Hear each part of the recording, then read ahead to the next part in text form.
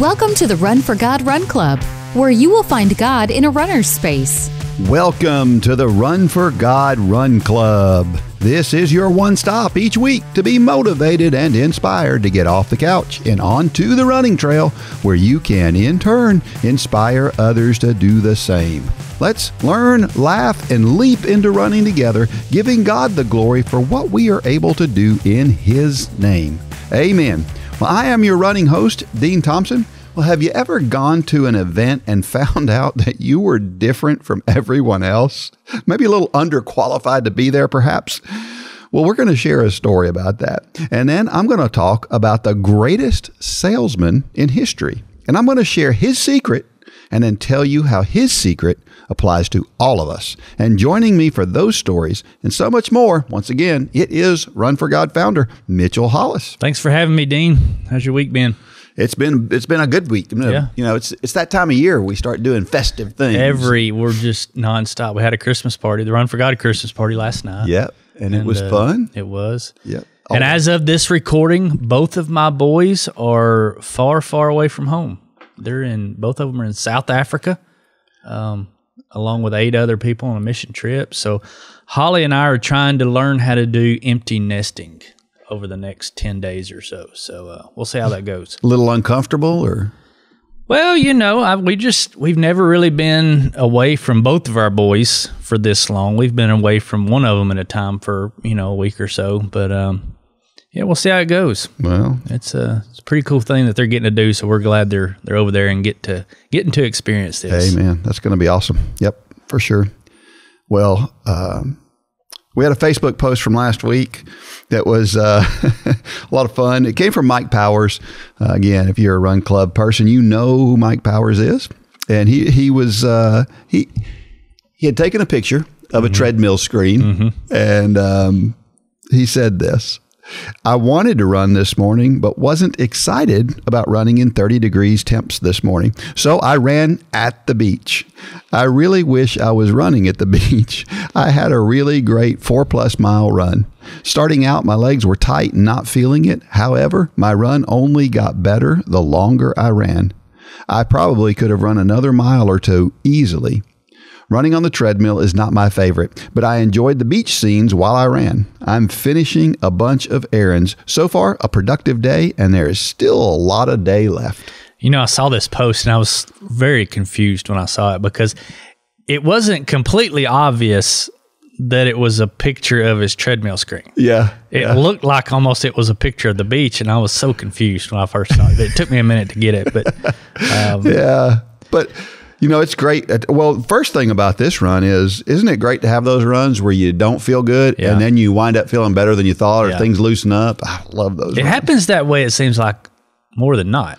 The older you get, the more often it happens. Yeah, for sure. Well, it's one of those things where technology, we beat up on technology a lot. We talk about social media and how destructive it can be and all of those things. But, technology is pretty cool too. Yeah. And this is one of those occasions where, listen, I at 30 degrees, I don't think I'd be running indoors on a treadmill. Sure. But, if you want to and you enjoy it, that's fantastic. Lane just signed up for, Lane's a triathlete, and he just signed up for this. Have you ever heard of Zwift? I have. And so the other day, he has a smart trainer. So he puts his bike on this trainer, and then he logs into Zwift, and he did a crit race. Cool. So a bike race. Yeah. And so he's racing other people around the country, or even around the world, I guess. And it's so smart that when he's racing and he gets in behind someone, he feels the draft. Like the bike eases up, because if you're drafting at certain speeds, it can be up to 25-30% easier. Yeah. And he can feel that. Huh. And so when he steps on it and it pulls him out of the draft, and he feels like if he starts to pass him, it's just amazing, the technology. And he can actually see who he's racing. And that's the cool thing, is there's some of the pro bikers out there, the big names, that every once in a while they'll get on Zwift, and you can get on and ride with them. Wow. And it's that's pretty cool. So yeah, the technology's come a long way in the sports area, especially the endurance sports. So yeah, it's pretty cool. Yeah, I remember. I mean, treadmills. Of course, it hadn't been that long ago when treadmills were. You didn't even have televisions on treadmills, you know. And I remember a friend of mine telling me one time his girlfriend, fiance at the time, lived in Alaska, and the reason she went there for a couple of years. She was a teacher, and she was going to make a big paycheck for a couple of years and help some folks out over there, and then come back. So she was in this really remote portion of Alaska on the Aleutian Islands. I mean, she was literally almost in Russia. And he told me, he said, "Go on there and check it out. You'll see why I can't run out there." And I checked it out, and sure enough, the place is just absolutely barren. It's like -0. It's under zero all the time. The wind's blowing 30 or 40 miles an hour all the time. You can't run outside. Wow. And so he had to run on a treadmill. I guess you get used to it if you had to. Yeah. But man, I'm glad I don't have to. Yeah. I'm glad we live where we live, right? Yeah, for sure. Man, oh man. It's pretty cool. Pretty cool. I know we need to unplug sometimes. And we do. You know, it's really important. But technology has made endurance sports better in a lot of ways. I remember when CD players came out, you know, the portable CD players. And when they first came out, you were this guy. I was that guy. I'm running with this CD player, my headphones, and I didn't use it very often, but every once in a while I wanted to go out and I would listen to music. And the problem with CD players when they first came out was they would skip if you ran with them. Yeah. And then they started doing this oversampling thing, and that made it where they didn't skip and all. But I was right there on those things. It was fun. But again, if you struggle with boredom, you know, first use that time to connect with God. But there are also other cool ways to adapt. And that's what Mike was doing here. Our trivia question from last week. There are events that take place in parks and other venues where they are timed, but there is no entry fee, no awards, and they're held weekly. What are these events called? Have you ever heard of this? I have now that I see it, but I thought it was no frills run. Yeah. You know, that's kind of the general definition of what you're talking about. Yeah, that's kind of the definition. Yeah. But these are called park run. Yeah. And it was an official event that started in London, England. They're 5K events that, you know, they're relatively easy to set up, usually in some sort of park. They're timed. You know, now that you say that, I don't mean to cut you off, but I do know where I've heard of them now. Val and Tom.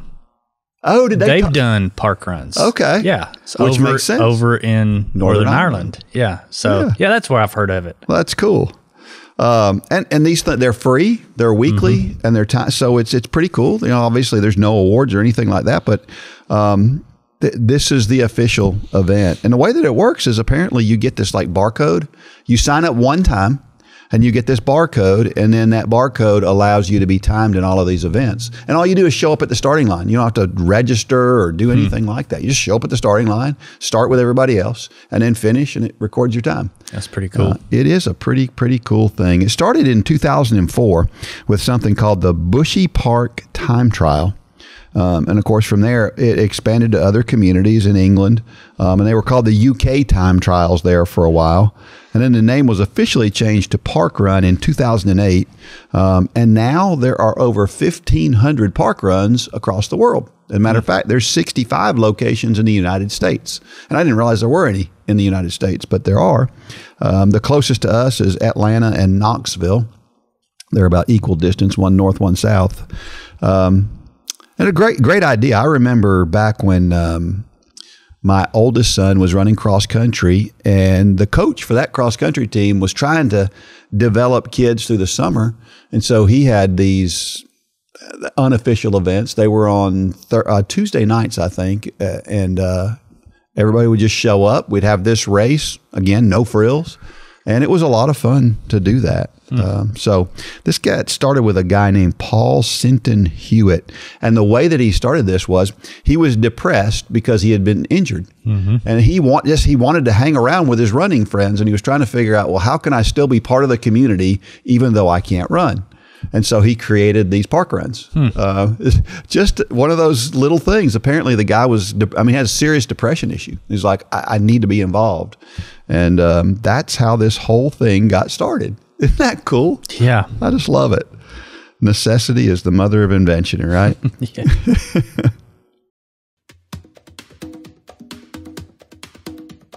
Upward Sports equips churches to run self-sustaining sports ministries in their communities. Whether you're a sports fanatic or on staff at a church, Upward Sports will give you all the tools you need to run a first-class sports ministry that allows you to reach families in your community.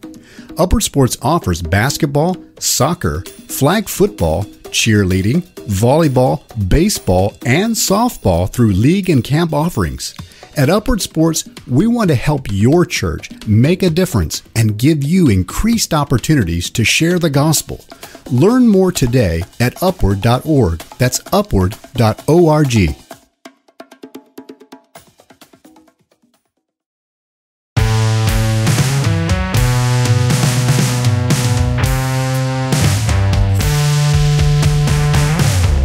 All right, we're back, and as always, we can use your stories. We need to hear stories, and we love to hear them. We love to share them, and we're about to share somebody's story. And so, if you haven't shared your story with us, go to runforgod.com, go to submit your story, and write your story because somebody needs to hear it. Absolutely. So, how big of a deal do you think running form is? I think it's a big deal, but I don't think it's as big a deal as many people make it out to be. Yeah. I think it's kind of like, it's kind of like a golf swing. There's the right way to do it, but other ways can get the job done. Yeah. And I think it's the way with running form. So if, I'm in the camp of thinking that if your running form is working and it's not getting you injured, there's nothing wrong with it. Yeah. And I think that's the main key. Yeah. Is we don't, can running form make you more efficient runner, make you run a little bit faster? Sure. Yeah, it can. But the main reason to fix running form is to prevent injuries. Yeah, but you can also cause injury by attempting to fix running form. There's some people, I'm thinking of Rebecca Poe. Yeah. She, from the kind of the industry standard, she did not have ideal running form, but it worked for her. And every time he tried to change it, she wound up injured. That's right. She had a stress fracture in like a week. Yeah. Changing her running form. I remember that. Yeah, you got to be careful. And, a lot of people say if I could just fix my running form, I would be faster. Well, that's not necessarily always the case. Yeah. Running form's a little tricky too to fix because I'll talk to people. A lot of people are really focused on their arms when they run, right? They're worried about how their arms, and a lot of people, they'll run and their arms are crossing their body. Sure. And they think, I need to quit doing that with my arms. The problem with that is it's not your arms crossing your body that's causing other problems. It's the other problems that are causing your arms to cross your body, right? Yeah. So if you're one of those people who, I call it a lingering leg, where you when on your pushback, your leg stays back too far before you pull your knee back forward. If you're that person, well, the reason why your arms are going across your center line is because you're overcompensating for that. Sometimes it's the symptom, not the problem. Right. And so sometimes that's the problem with form is you try to fix one thing and you may make yourself more injury prone. Right. So that's why you've got to be really, really careful with doing that. And here's the other thing about arms is, I don't know if you saw, but of course, that we've got a local girl here who's one of the fastest girls locally, maybe the fastest girl here in our county at least, who only has half an arm on one side. Great girl. But there's also a girl in the NCAA. I want to say she finished somewhere in the 30-something range at the NCAA championships this year, who only had one arm. Like her arm is cut off at the shoulder. Right. And so that tells you that arms aren't nearly as important. I remember reading a study that said that arms are only about 3% of your total efficiency. Yeah. So that's not much. Yeah, I think just sometimes we overthink it. We do. So don't do that. Don't worry about that too much. I probably get more questions about that than anything else. So don't worry too much about it. If you're staying healthy, like you said, don't worry about it. Sure. Well, have you ever showed up for a running event and then figured out maybe you didn't quite fit in? Well, Shannon Clifford did, and it turned out great. This is called Running My Own Race, No Embarrassment Necessary. Never having considered myself to be athletic, it was a little strange when in my 40s I felt an unexplainable attraction to running. I talked to a few people about it, but didn't receive any encouragement. Rather, I was told you'll ruin your knees, amongst other discouraging things. Nevertheless, I gave in to what I now know was God's prompting, gathering my courage, and took the plunge. I had received an invitation to join a fundraising team, and after talking to one of their recruiters, I decided that since I would be fundraising for a cause, it didn't really matter if I was actually any good at running. Also, I would have coaches to help me learn how to participate in this sport. My first event was a half marathon, and I was hooked. I had always compared myself to other people when it came to physical things, so I struggled with calling myself a runner or an athlete. But God was using running to teach me that He created me to be me, not someone else. I have heard a quote that says, "Comparison kills contentment." And wow, isn't that the truth? I live in Flagstaff, Arizona, where many athletes come to train. When I had been running for less than a year, Team USA had an ad in the local paper inviting any community members to join them for a downtown mile on National Running Day. If we showed up and signed their roster, they would donate a pair of shoes to a needy child. And so I thought, why not? This was another step outside my comfort zone, but God was helping me, and I felt good about the decision. I arrived early at the coffee shop where the meetup took place and signed the roster. Some people there from Team USA introduced themselves and were very welcoming. When the rest of the team started arriving, there was no doubt who they were. They were very athletic-looking people with those long, lean muscles that people I consider to be real runners have, kind of like Dean. As it turns out, I was the only community member not a part of the team who had shown up to run with them.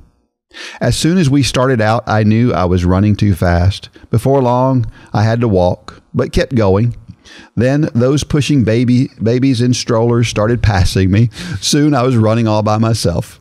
When I first started my running journey, I had a fear that the real runners would pass me like a herd of gazelles, and that is exactly what happened that day. But guess what? God used my experiences of the previous months to get me past feeling embarrassed, and I was able to laugh while this was happening. There is such freedom in running your own race. When I arrived back at the coffee shop, the wife of one of the runners was there waiting for the runners who had already taken off on a longer group run down our urban trail. She asked me if I knew who Team USA were, to which I answered no. She explained they were Olympic hopefuls training in Flagstaff for the summer, and that is how I came to run with potential Olympians. Oh my goodness. Just like Team USA welcomed me, Jesus meets us where we are and allows us to run alongside Him, helping us to grow and achieve things we never thought we were capable of without any embarrassment. He is the best coach ever. Man, I love that story. It is good. I've got one similar to it, but it didn't turn out the same way. I'll explain later. But yeah, I mean, Shannon gets it. This is, it's, how many times do we hear this? How many times do we hear that people, they don't want to enter this sport because it's full of a bunch of real runners, and I'm putting that in air quotes. And that's, I don't know if I'd say that's the evil one, but it's doubt, pretty close to that. Doubt creeping in. This is not a sport just for the elites. Look at the elites and be inspired. Don't look at the elites and be intimidated. For sure. Yeah, most of the time, the people around you, regardless of who they are, I know a lot of people, they'll look at these people and they think, well, they're looking down on me. But man, oh man, most so of the time, opposite. Yes, those people are not looking down on you. I share that story, Hey Fat Girl, that I've shared a number of times, and that story. That's not a story that you titled. No. That's a story that somebody else titled, right. Writing about themselves. That's right. Yeah. And it was all about, we admire those people who go out there and they do it. And, maybe they clearly look like they don't belong there, right? Sure. I mean, for sometimes that's the way it works. Man, I'm in awe of people who do that. It's easy for me, right? It's hard for folks like that. And I just think it's awesome when somebody is willing to put themselves out there like this. It's just fantastic. Sure. You just got to quit worrying about what other people think. If you're having fun, that's what matters. Right. And exactly. You know what? Here's the thing. And because I've been in this situation before where, I've worked with kids and, a lot. A lot of times kids think us adults, we're just, we're goofy and we're not clued in and stuff. Sometimes they're right. And sometimes they're right. But it doesn't bother me a bit. Right. Not at all. I'm still right where I am. We're cut from that same cloth, Dean. That's right. We don't care. God just wants to see you come with the right heart. That's right. Galatians 1:10 says, "For I am now seeking the favor of people or of God." Excuse me. Let me start over. Galatians 1:10, "For I am now seeking the favor of..." No. Back up. For am I. For am I... We're having a hard time here. That little switch is a big switch. It is, right? Yeah. Galatians 1:10, "For am I now seeking the favor of people or God, or am I striving to please people? If I were still trying to please people, I would not be a bondservant of Christ." And this just nails it on the head. Yeah. Who are you trying to please? That's right. Yep. She goes on to say, if we listen to the discouragement we often sometimes receive from people, like I got when I started talking about running, rather than the prompting of the Holy Spirit, we won't fulfill the calling that God has on our lives. Input is good, but ultimately we need to go in the direction that the Lord is leading us. Man. How many things out there would not be out there had the person that invented them, started them, produced them, listened to the naysayers? Man, really? That's a good point. Almost everything. Yes. Yeah. And especially the things of God, because the things of God are usually much bigger than we are. And there'll be those around us that say, you can't do that. And they're right. Yeah. But you're not the one doing this. It's God doing it through you. And that's what we got to hold on to. Yep. And yes, God will call you to run. God does call people to do that. Yep. And if you, just like Shannon, if you feel like God's prompting your heart, then go for it. Don't worry about what other people think. Don't worry about what other people look like. Don't worry about what other people are going to say or do. Do it. And this is particularly hard today, right? Sure. I think about young kids when, TikTok is a big thing with the younger generation. And what'll happen is I don't know how these things catch on, but there'll be something that catches on, right? Sure. It's a particular dance or a particular, I don't know what, there'll be this little thing that's a 30-second thing and everybody has to do it. They've got to jump on board and be part, because if they don't, they're not cool enough, right? Or, I don't know what the word would be today, but that I see that all the time. Of course, working with a lot of younger athletes, sure. I remember, I remember kids that they won't even ask for directions or anything because they're afraid of what people are going to think about them. And we got to be bold and be willing to be out there and put ourselves out there, because that's okay. You got to be willing to fail. That's true. Yep. And of course, as adults, we've done it too. Remember the ice bucket challenge? Yeah. I got caught up in that one. Yeah. Hebrews 12:1-2. Therefore, since we also have such a great cloud of witnesses surrounding us, let us rid ourselves of every obstacle and the sin which so easily entangles us, and let us run with endurance the race that is set before us, looking only at Jesus, the originator and perfecter of the faith, who for the joy set before him endured the cross, despising the shame, and has sat down at the right hand of the throne of God. She goes on to say, if I had let my self-consciousness dictate whether or not I started running, I would still be sitting on the couch. We must rid ourselves of every obstacle and run with endurance, looking only to our life coach, Jesus, for direction. I love that picture of Jesus with the stopwatch and the whistle and the clipboard. I can see that in my head right now. That's a good word picture there. It is. Yeah, when we don't take direction from our coach, Jesus, we're weighed down. Yeah. That's what this scripture is saying, because we're not following the direction for our lives. And so I thought about this analogy. What does it mean to entangle us, right? Mm-hmm. And I thought about I don't like gas powered implements because I have a hard time with small engines. So I buy battery powered stuff, but before battery powered stuff, I've got a blower that it has a cord attached to it. And that's what I use a lot of the time in my yard. Now I have a cordless one too, but I've got a corded one and I use it regularly. And it's got 150 feet of extension cord attached to it. Well, a lot of times if I just take that, I keep it coiled up on the wall. If I take it down and I just throw it down and I just yank on that thing, it's going to get all tangled up, right? I have to take the time to untangle that extension cord to make sure that I can use it the way I need to use it. And it only takes a few minutes, right, to just get it untangled, and then I can use it however I want to. It's kind of like our spiritual lives, right? We need to take that time. We can't just rip the cord off the wall, throw it on the ground, and then start doing what we have to do. We need to be prepared. We need once you get that cord prepared, once you go to God, once you get Him involved, He'll make sure that the job is smooth, right?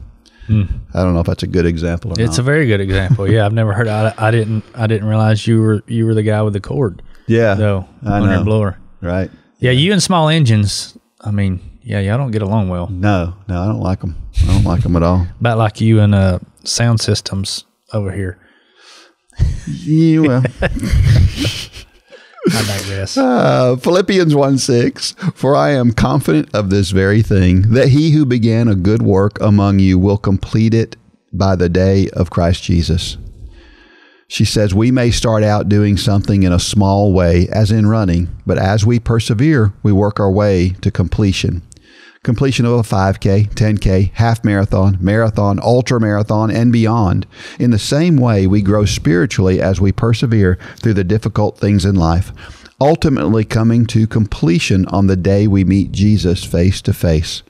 Won't it be great when He's waiting for us at the finish line and we receive the medal He places around our neck, proclaiming we are a finisher? Wow. Not only a finisher, a victor. That's right. That's the cool thing. Yeah. Yeah, that's hard for us non-participation trophy people to get a hold of, isn't it? Right. You know, we are really all winners in that case, right? And as long as, we talk about growing, right? And as long as I've run all these years, I've run so many miles, and I still learn new stuff all the time. And in our spiritual life, there's always more. There's always more to learn. There's always more depth, but we have to be deliberate about it. It's like when we run a marathon, we need to be deliberate about how we prepare for that marathon. We need to be deliberate about how we prepare our spiritual lives as well, right? Yeah. It's really... It's kind of like an onion. I've heard this analogy before. You peel off that first layer and there's another layer. Yeah. And you pull off that next layer and it gets more intense the deeper you go. And that's kind of like it is with our walk with Christ. There's, you're never, it's kind of like when God convicted me that running had become an idol in my life, what did I do? I had 12 t-shirts made and I said, me and God, we're good. Yeah. And then He peeled back another layer. There was another layer of that onion, and it was teach a class. And I fought it, and I taught that first class, and I said, we're good. And those layers just keep, you never get to the core. The core is when we meet Jesus face to face. Yeah. You've never got it licked. You're never complete. And that's where we get in trouble, is when we think we're done. Yeah. That's complacency. Yep. And that's where the devil creeps in. I've used the example of the alligator that I have sitting on my dash before. You got to stay in the rapids. Yeah. You get to the calm water, and that's where the gators are. And that's our nature. That's where we want to get. We want to get to calm waters. We want to, and that's where, this time of year we're talking about peace. I just recorded a little special podcast snippet just a little while ago, and it's talking about peace. Mm-hmm. And so many times we confuse peace with somehow we've arrived. We're done. That's not what peace is. That's right. Peace is often experienced in the trials, in the hard things. But don't conflate somehow we're done, because we're never done. We never pull off all those layers. The day we get to the core of that onion is when we meet Christ face to face. Until then, keep peeling. That's right. And when you have a setback, just like in running, like when we have a setback in our running lives, what do? Well, we take time off, or whatever we do, we just get back on it and we start back up. Right? Rip that layer off. That's keep right. Going. And keep going. And the same thing goes for our spiritual lives. If you have on your faith journey, you're going to make mistakes. We know we're human, the atomistic nature of us. We're going to sin and we're going to have setbacks and we're going to feel bad about it. But we just got to keep moving. Absolutely. Right? Peel back another layer. Here's a question. Is God tugging on your heart to do something that will require you to have courage to accomplish? I'm going to step out on a limb and say he's always doing that. Oh, that's a good point. Whether you're hearing it or not is the question. Whether you're acknowledging it or not is the question. But God is constantly pushing you to step outside your comfort zone. That's true. So true. Yeah. Yeah. And that's one of those things where, I feel like I don't mind doing stuff and being outside in I kind of like it, actually, with the whole, I know some people like with the Upward thing, with us becoming part of Upward, for a lot of people, there's a lot of tension in that. Mm-hmm. For me, there's a lot of excitement in that. Absolutely. Because it's like, look, we get a chance to do something new, different, and a whole new direction. And so, that's kind of in mine and your nature. But it's like, I'm sure there's somebody listening here right now, who maybe they need to pull the trigger on working towards a marathon. They've thought about it, and they just haven't done it. And maybe the fact you're listening to this right now is proof that God is trying to move you in that direction. And of course, you can sign up for that Couch to Marathon right now, right? Mm-hmm. We're signing a bunch of folks up right now, but or maybe you have a ministry or something out there that you have thought about starting, and God is prompting you, and you're like, hell, I don't have all I need. Or a lot of times God doesn't want us to have all we need to get started. He just wants to see our faith. So we're a ready, aim society. We are. Yeah. But the problem is, too many times I'm a ready, fire, aim person. Yeah. So I get that out of order sometimes. But you're right. I mean, if God is prompting you to do it, the things that will hold you back are your own conscience, yourself, other people around you, maybe people that are close to you. And that's where it gets really uncomfortable. But many times that's where it's right. Yeah. And I know that's so hard to wrap our head around sometimes. But many times when God speaks to me the loudest, He's telling me to do things that make no sense to me, that I'm not capable of doing, that others will say he's crazy for doing that.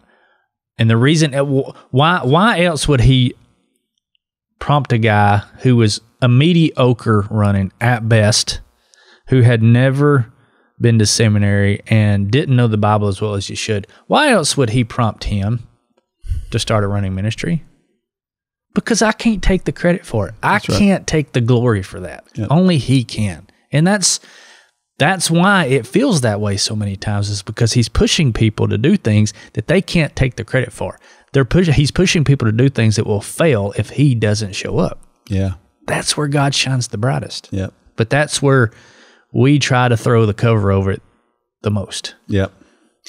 In this case right here, Shannon, she goes out to this thing, right? And it's clearly it's outside her comfort zone, but I think probably what motivated her was probably this whole idea of, the shoes, them donating a pair of shoes. And so she wanted to do something good. And so she went out and she met with these folks, and she doesn't talk about this in the story, but I will almost guarantee that Shannon shared some things with some people that were God inspired, and that she had an impact on somebody, whether she knows it or not, or whether they knew it or not. She probably had an impact on those. So a lot of times we take those chances, and then look what she got out of it too. She got to meet probably maybe some potential Olympians, right? She got to meet some pretty cool people in doing it. So she got the fact that she was shining her light, as we always say, and then she got to meet some folks just because she stepped out of her comfort zone.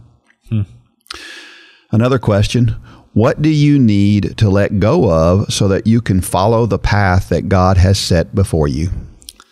So a few years back, I was talking to our youth group at church, and I did an illustration of Hebrews 12:1. And I think you've actually done this too. I have. I went and I bought one of those sleds that runners, like, I think it's more for like sprinters or football players, but it's like a sled that they put a harness on, and they have a sled, and you can stack weights like from the gym on it, and you can run, and it helps you with power and all.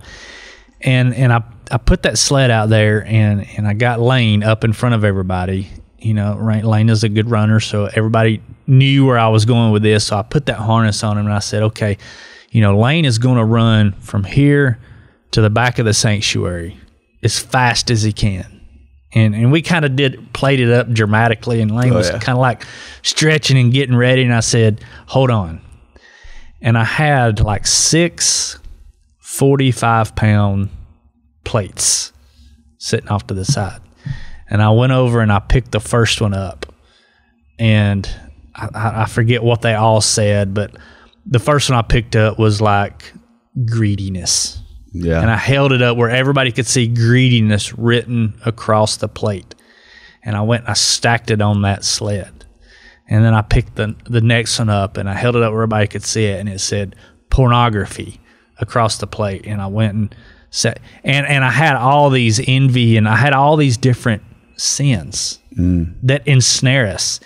And I put them down, and before you know it, it was like, I don't know, what's 45 times, I think it was 7.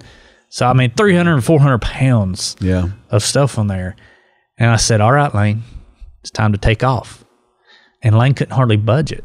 Yep. And that was just a picture of what Hebrews 12:1 is. It's get rid of all that stuff. Yeah. And you can run the race that is set before you. But what we try to do, what we often do is we saddle ourselves with all this stuff that's just slowing us down to a walk. Yeah. But the bad part is so many times we can't see it. Yeah. We store up sin like it's some kind of collection or something that we keep in the closet. And what Hebrews 12:1 is telling us is, and what the question that Shannon is asking here is, what do you need to get rid of? Mm-hmm. Take inventory of what that is, because it's not just going to go away. Yeah. You have to consciously get rid of it. You have to name it. You have to identify, you have to confess it, and you have to repent. Yeah. Then it comes off that sled. But until you do those things, you're just weighing yourself down. Yeah.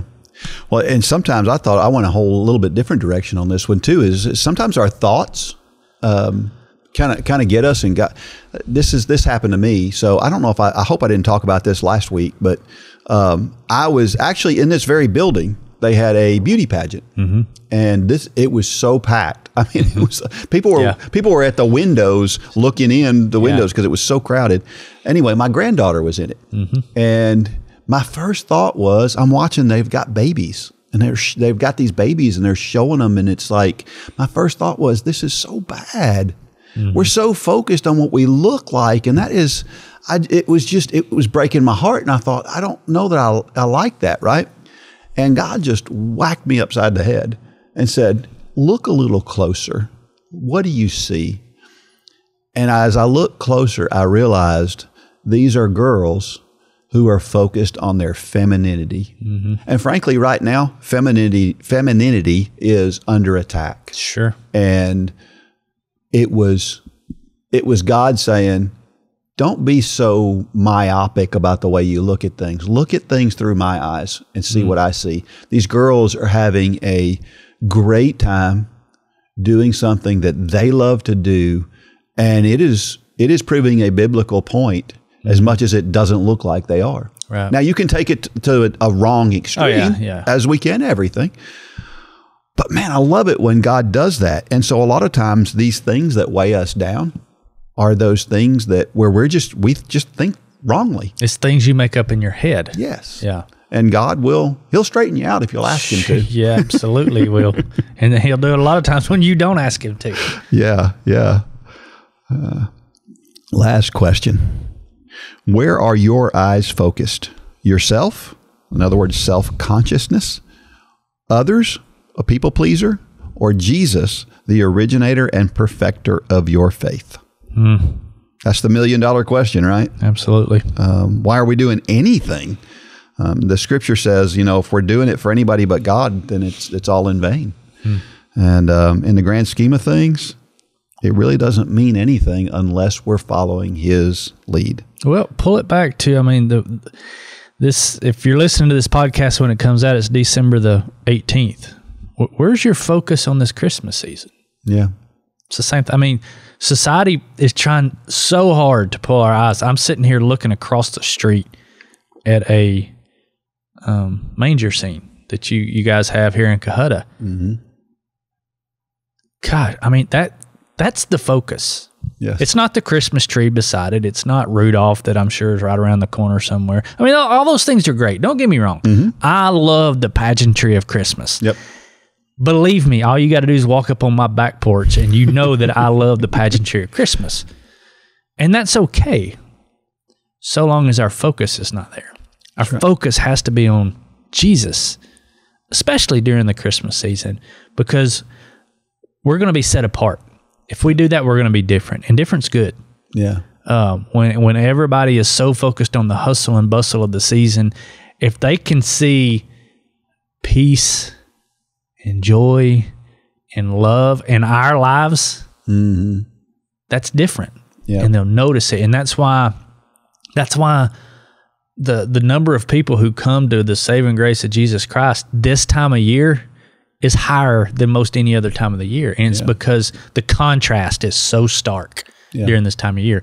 But we have to be willing to draw that contrast. Mm-hmm. So many times we get sucked in to what everybody else is doing, and we don't look different. And looking different is good. Yeah. Looking different is looking like Jesus. He is not the same as the world. That's right. And we have to look like him and not the world. And it's so hard in this day and time because what's the world telling us? The world has this term, self-care. Like we need to be looking at ourselves and taking care of ourselves first. And I get that. For a lot of people that use that term, they don't mean it in a bad way, but our first focus has to be God, because God will. He tells us He will take care of us if we'll if we'll do what He wants us to do. Self-care won't be a problem, right? So again, just like you said, focus on. And this time of year, it's easier this time of year, I think, to focus on God. And maybe that's just because I have that relationship with Him. But it's so evident all around us this time of year. There's the opposite is evident too, right? Our eyes are full of all sorts of things. But, really embrace, gosh, that manger scene. Man, when you think about it. Do you struggle with motivation to exercise? Are you looking for something that will challenge you and inspire and motivate you? The Run for God Run Club is just what you need to get off the couch and on your way to a fitter, healthier you. Stop trying to get into better shape and do it with the help and inspiration of thousands of others who are going through the same challenges you face. Whether you are participating in the Couch to Marathon Challenge or any of our other challenges, or you're just looking for a daily pick-me-up to get active, join the Run for God Run Club today. You can join for as little as 27 cents a day. So what are you waiting for? Get started today at runforgod.com.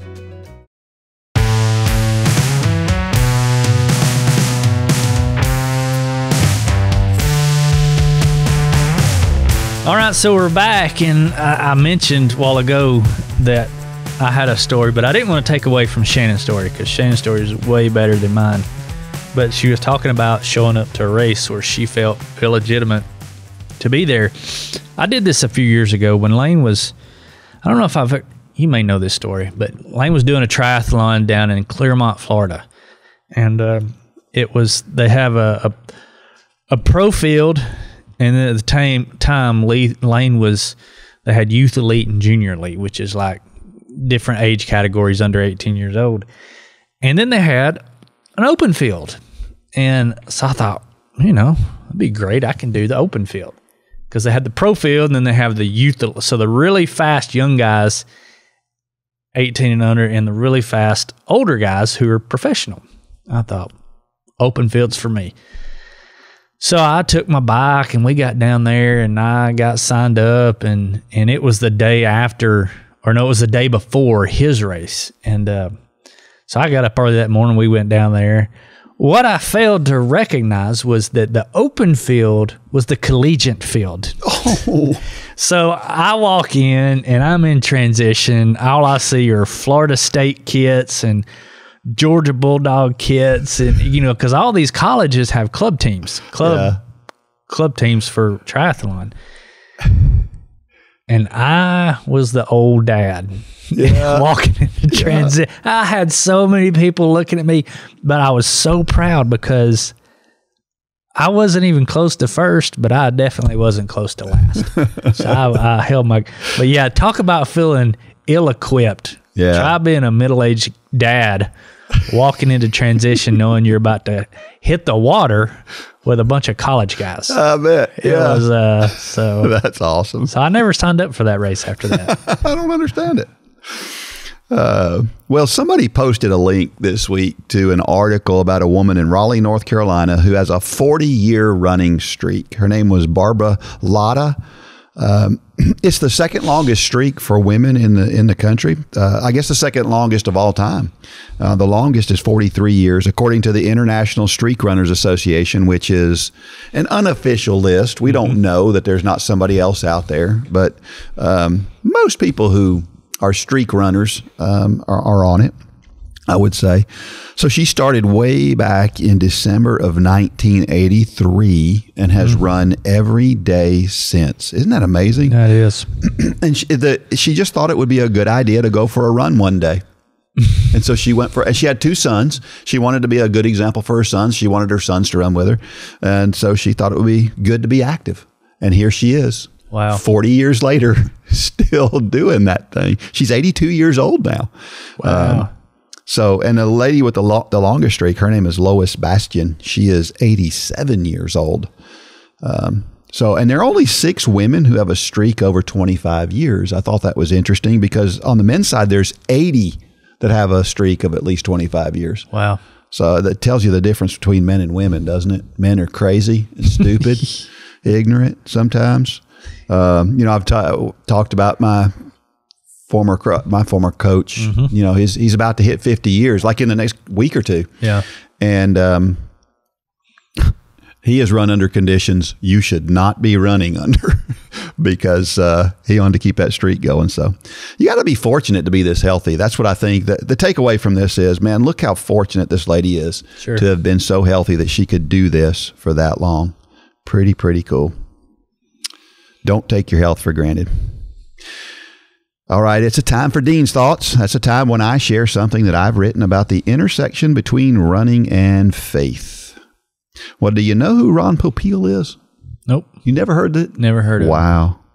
Well, this one's called Mr. Popiel. Ron Popiel is the most famous pitchman in history. He sold over $1 billion worth of his products through various outlets. He perfected his craft in his family business selling on the streets of New York, but that wasn't enough for Ron. He partnered with a friend and started a company called Ronco. If you're over 40 years old, you have probably heard of Ronco and may have even purchased some of their products. The most famous was the rotisserie chicken cooker. Ron spent many hours in his kitchen cooking chickens, hundreds of full chickens, to get his machine perfect. He would cook them at different rotation speeds and for different lengths of time until he came up with the best combination to yield the juiciest, best tasting chicken available. Ron was very proud of the quality of his products. The rotisserie chicken cooker came out in 1998 and is still available today. Ron became famous through television. His demonstrations have been shown on every network thousands of times. He's perfected the 2-minute pitch. But if you asked Ron why he was so good at selling, he would tell you that it wasn't anything he did. It was the product. You see, Ron's secret was to let the product sell itself. His goal was to prove that the product was worth your 4 easy installments of $39.95. Not because he told you it was worth it, but because the product told you it was worth it. That technique is now the only way to sell anything. Have you ever tried to get someone to try running or walking? We have probably all tried at one time or another, but people know that running hurts. They know that walking takes time, so they are hard sells, right? Well, how do you think Ron Popiel would sell it?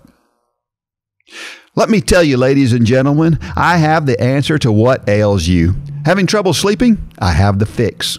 Has the doctor told you you need to lose weight? Let me tell you how. Does heart disease run in your family?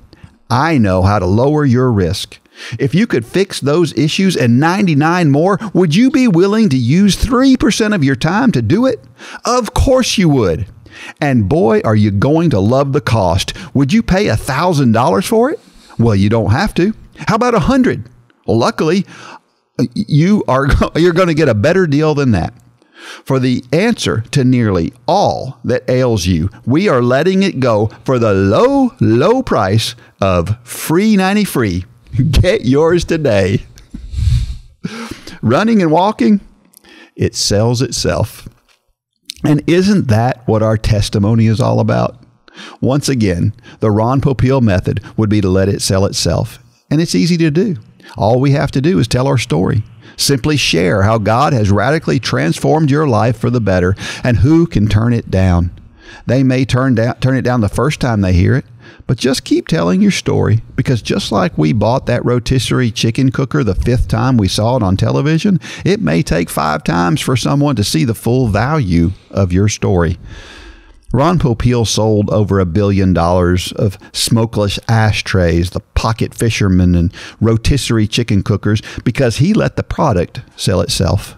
Millions of people have become runners and walkers because they have seen what it has done for others.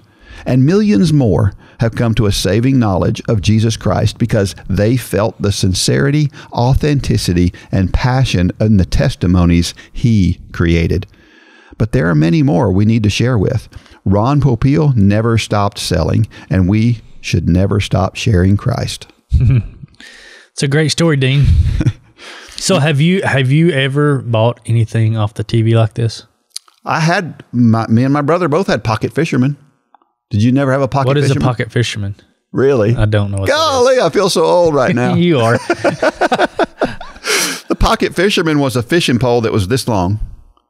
And if you're listening, it was like, it wasn't 18 inches long. Yeah. And it folded out, and you just used it as and that was one of his products. We had those when we were kids. My mother got them for us for Christmas one year, I remember. And I've had some stuff. You've probably, I know you've seen some stuff. I'm sure I have. Because it's all over. Now you have all those sections of the store that says as seen on TV. Yeah. Well, Mr. Popiel, Ron Popiel, he was the originator of the whole idea of selling stuff on television. Wow. So and he was just good at it. There was something about him, so. Interesting. Yep. And this title is a nod to Weird Al. I don't know if you ever listened to Weird Al, but I've always been a Weird Al fan. Yeah, I know you have. And he's got a song called Mr. Popiel. Does he really? Yes. Yeah. You talking about this guy? Yeah. Yep. Oh, wow. Yeah. It's good. So, So, a lot of people get started running because we think it may help us. Mm-hmm.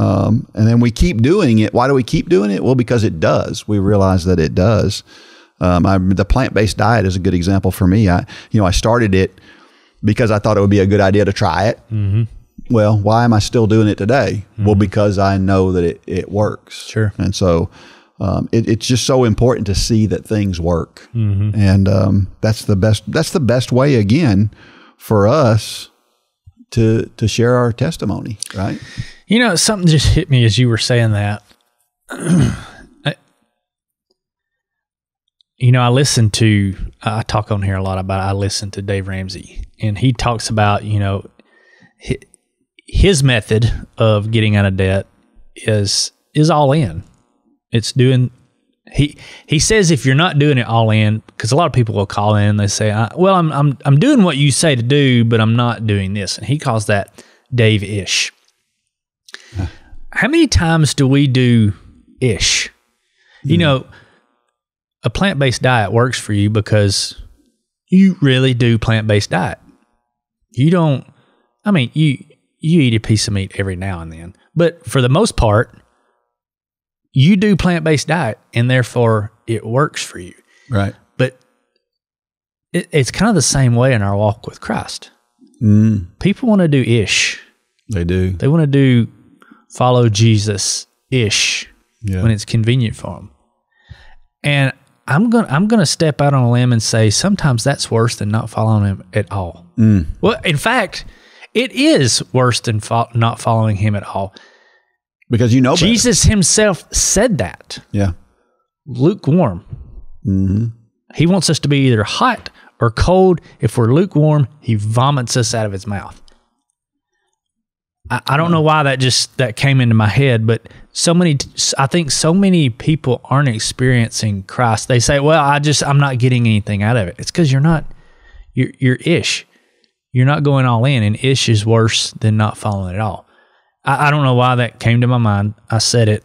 Hopefully I didn't step on any toes, or hopefully I did step on some toes. Well, because that's where a lot of people that are close to me, that's where they're at, is they go to church. They have the Jesus sign over their doorway going into their home, but they live like the devil 6 days a week. And that's a recipe for misery. It is. Plain and simple. It is. And you know what it does is it pushes other people away. How many times do we hear people say the reason hypocrites. the reason I don't go to church is because it's full of hypocrites. It is. And, it's like, well, one more won't hurt, but that's so true. And we're not sitting up here on some because sure. I'm the chief of hypocrites. Yeah. I'm not pointing fingers. I've got 4 pointing back at me as I'm saying this stuff. Absolutely. Because it's very convicting to say it. So many times, the peace thing that I recorded right before this podcast, I said on there, why did I record this? Well, because I need to hear myself say it. Yep. Because I need to hold myself accountable. But yeah, I don't know. This was a great story, Dean. It's a really good point. And I want to say that, a lot of times we think we have to have all the perfect answers for everything. We need to know everything about apologetics to explain to somebody why you need to be a Christian. And we need what we need lives lived for Christ. Right. And when we are completely sold out in that case, man, what a difference that would make. We'll never have all the answers. No. I mean, as a family, we're reading through Revelations, right? I got done last night and I was like, I have no idea what that means. I mean, and you just have to accept that sometimes that we're not going to know the answers, and that's okay. But so many people that stops them, that slows them down, and they don't, there again, the fear creeps in. I don't want to not have the answers. Well, I don't have the answers. And if I don't have the answer, I'll tell you I don't have the answer. And I'll go look for it. And I still may not find it because there may not be a good answer on this side of glory. But we have to accept it on faith. Yeah. And in the long run, I was thinking about this, that, the quote from Eric Liddell in Chariots of Fire, where he says, I believe God made me for a purpose, but he also made me fast. And when I run, I feel his pleasure. That's how I feel when I run. It's like I was made to do that. And like I feel guilty if I don't run because I feel like that's why God made me, right? Now, that's not everybody. I'm not saying that everybody listening to this ought to feel that way. But my point is that feeling is so important to why I run. Well, I have to have that same feeling in my spiritual walk as well. I need to understand that God made me for that purpose. Yeah. God made me to worship him. Yeah. And when I can get that connection, it's no different than the way I feel about running, right? It's that same feeling of I have to have more. And when you get that, and people see that, again, to the point of this whole story, once people see just how invested you are and how you're thirsty for more of God, it'll sell itself. Yeah. Good word, Dean. Would you like to experience the Bible in a different way than you've ever done before? Well, you can join me, Coach Dean, as I read through the entire Bible every day for a full year. You don't want to miss hearing this transplanted Southern boy try to pronounce those biblical names now, do you? It may be good for a laugh. In addition, I share running and walking tips and some inspirational quotes along the way. Get your daily dose of the Bible from a runner's perspective in the Run for God Run Club, a walk through the Bible.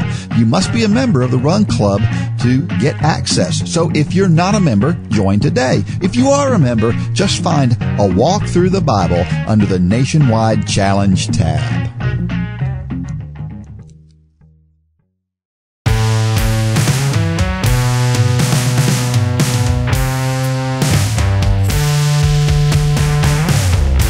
Every week I share a reason why running and or walking is so awesome, and this week it is this. Running is freedom. We don't need anyone else. Nobody has to throw out the first pitch. We don't need a ticket. We don't have to wait for the gates to open. And it takes you out of the world, even if it's temporary, right? It's a great escape from all that pressure and everything. It's a great escape. It's freedom. I don't know that I feel any freer than I do when I'm running. And so there's a good reason for running and or walking too. Walking will get you out away from everything and get you free. All right, so I saw this video of Caitlin Toohey this week, which I thought was cool. She's solving a Rubik's Cube. And so she had another guy there, and they were racing. And she won. And of course she did. Yeah, but she solved the Rubik's Cube in 52 seconds. I was really impressed. Wow. I think it was her personal record too. Really? When she did it. Yeah. But of course, Lane would crush her. Lane would probably finish faster than that. But there's a world record that we keep talking about trying to get him to break, and it's the world record of running a 400, the fastest 400, while solving a Rubik's Cube, and we're pretty sure he could break it. I think he could. We need to get. Are we ever going to do that? We need to, don't we? We do. Golly, yeah. Because the wreck, it's not that fast. For me, it's crazy fast, but for Lane, it's not a big deal. Well, it's like a minute, isn't it, or just under a minute? No, it's way more than a minute. Is it? Yeah, right. I don't remember. We need to dig that back up. Yeah. Let's make that happen. We need to make that. Well, we got to get him back in shape. Yeah, where he can run that fast first. He's getting there. It won't be long. Yeah, it won't be long. But yeah, we need to figure out how to do that for sure. Anyway, talking about Caitlin, she's going to be turning pro after 3.5 years of college. She signed with Adidas, which I love, and it's pretty cool because we've seen so many of these child prodigies that they grow up and when they're really young, they're these superstars and we talk about them and all this stuff. And they're gone. And then they're gone. Yeah. And it's so sad when that happens. And Caitlin was one of those that we talked about from middle school years. And now she's going pro. So it's really good to see one of those child prodigies turn out to be a big deal. So I love that. And I wonder if, maybe we need to start looking at her life. What did she do differently? Did she do something differently that got her through that? The whole thing is this female runners, they go through these hormonal changes that make that transition really hard. And she somehow got through it fairly easily. So I wonder if she's a good study for that. Interesting. We'll talk about fast running. Recently, the men's and women's 5K indoor records were broken at Boston University. At the 5K there, Graham Blanks of Harvard and the guy who just won the NCAA championships ran 13:03 for the men. Got the Olympic standard. Wow. So fantastic. He's from Georgia. Lives in Athens, Georgia. It's his home. And then Parker Valby of Florida, who also was the winner of the NCAA cross country. She set the record. She's the first collegian ever, indoor or outdoor, to go under 15 minutes for 5K. So really, really impressive. And then there was this discussion. I don't know how you feel about this. There was this discussion because in the men's race, apparently all of the people who were being lapped, they moved out to lane 2 so that he could take lane 1. So he would be faster instead of having to run around somebody. But in the women's race, nobody moved out of lane 1. And so Valby had to go around these other runners. What are your thoughts on because there were some people that were really mad. They thought the women were selfish and they should be moving out of the way. And what do you think about that? I think it's courtesy to move out of the way. If I were in that race and I were being lapped, I would move out of the way. Well, what if you were running a PR at the time? So I'm getting to that. Okay. Do I think it should be mandated? I think is kind of your question.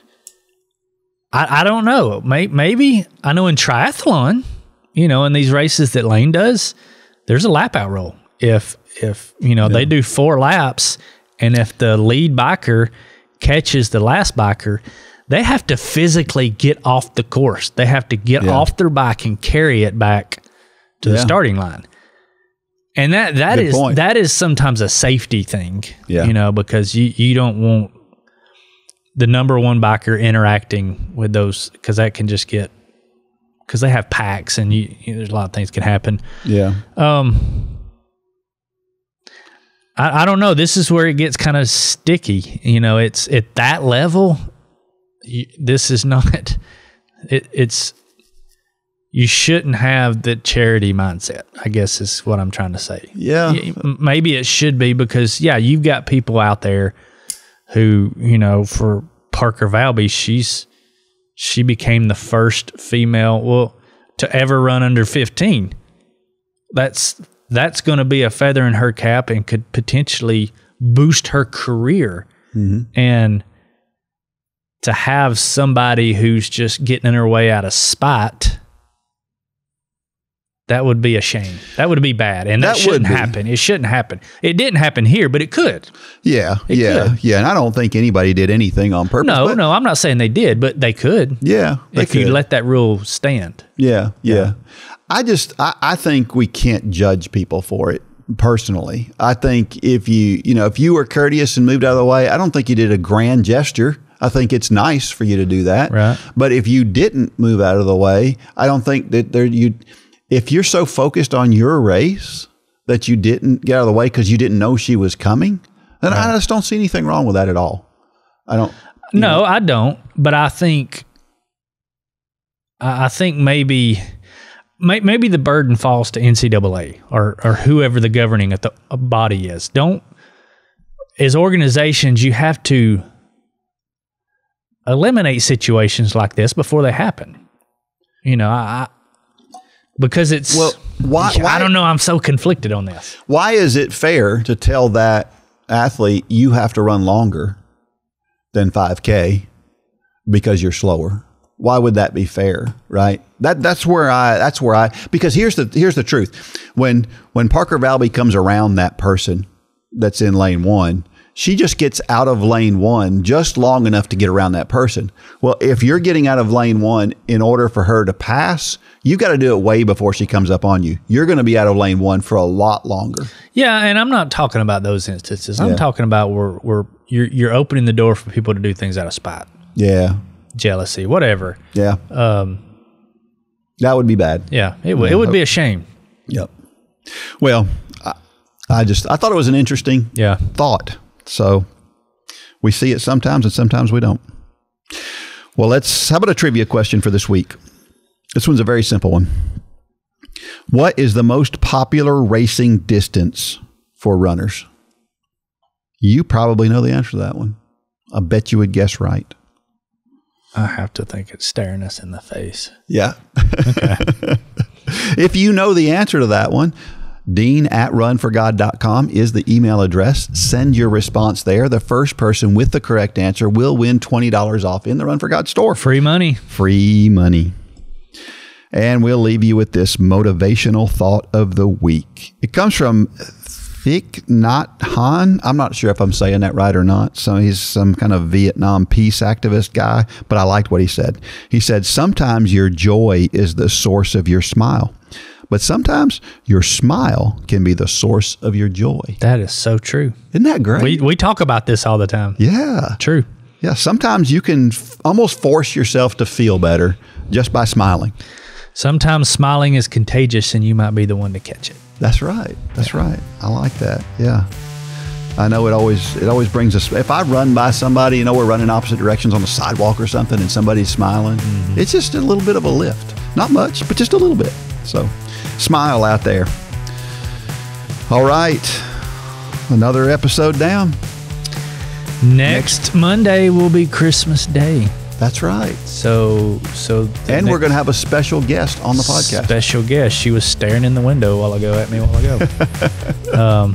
But yeah, I mean, of course, I won't be back on here because I'm going to step out of this chair for our guest. But to everyone out there, Merry Christmas. Amen. And until next week, may God bless every step of every run and or walk. Go out there and shine your light. Good job, Dean.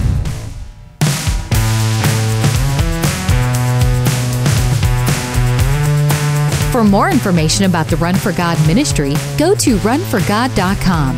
If you have questions about your salvation, click on the Peace with God tab. There's nothing more important.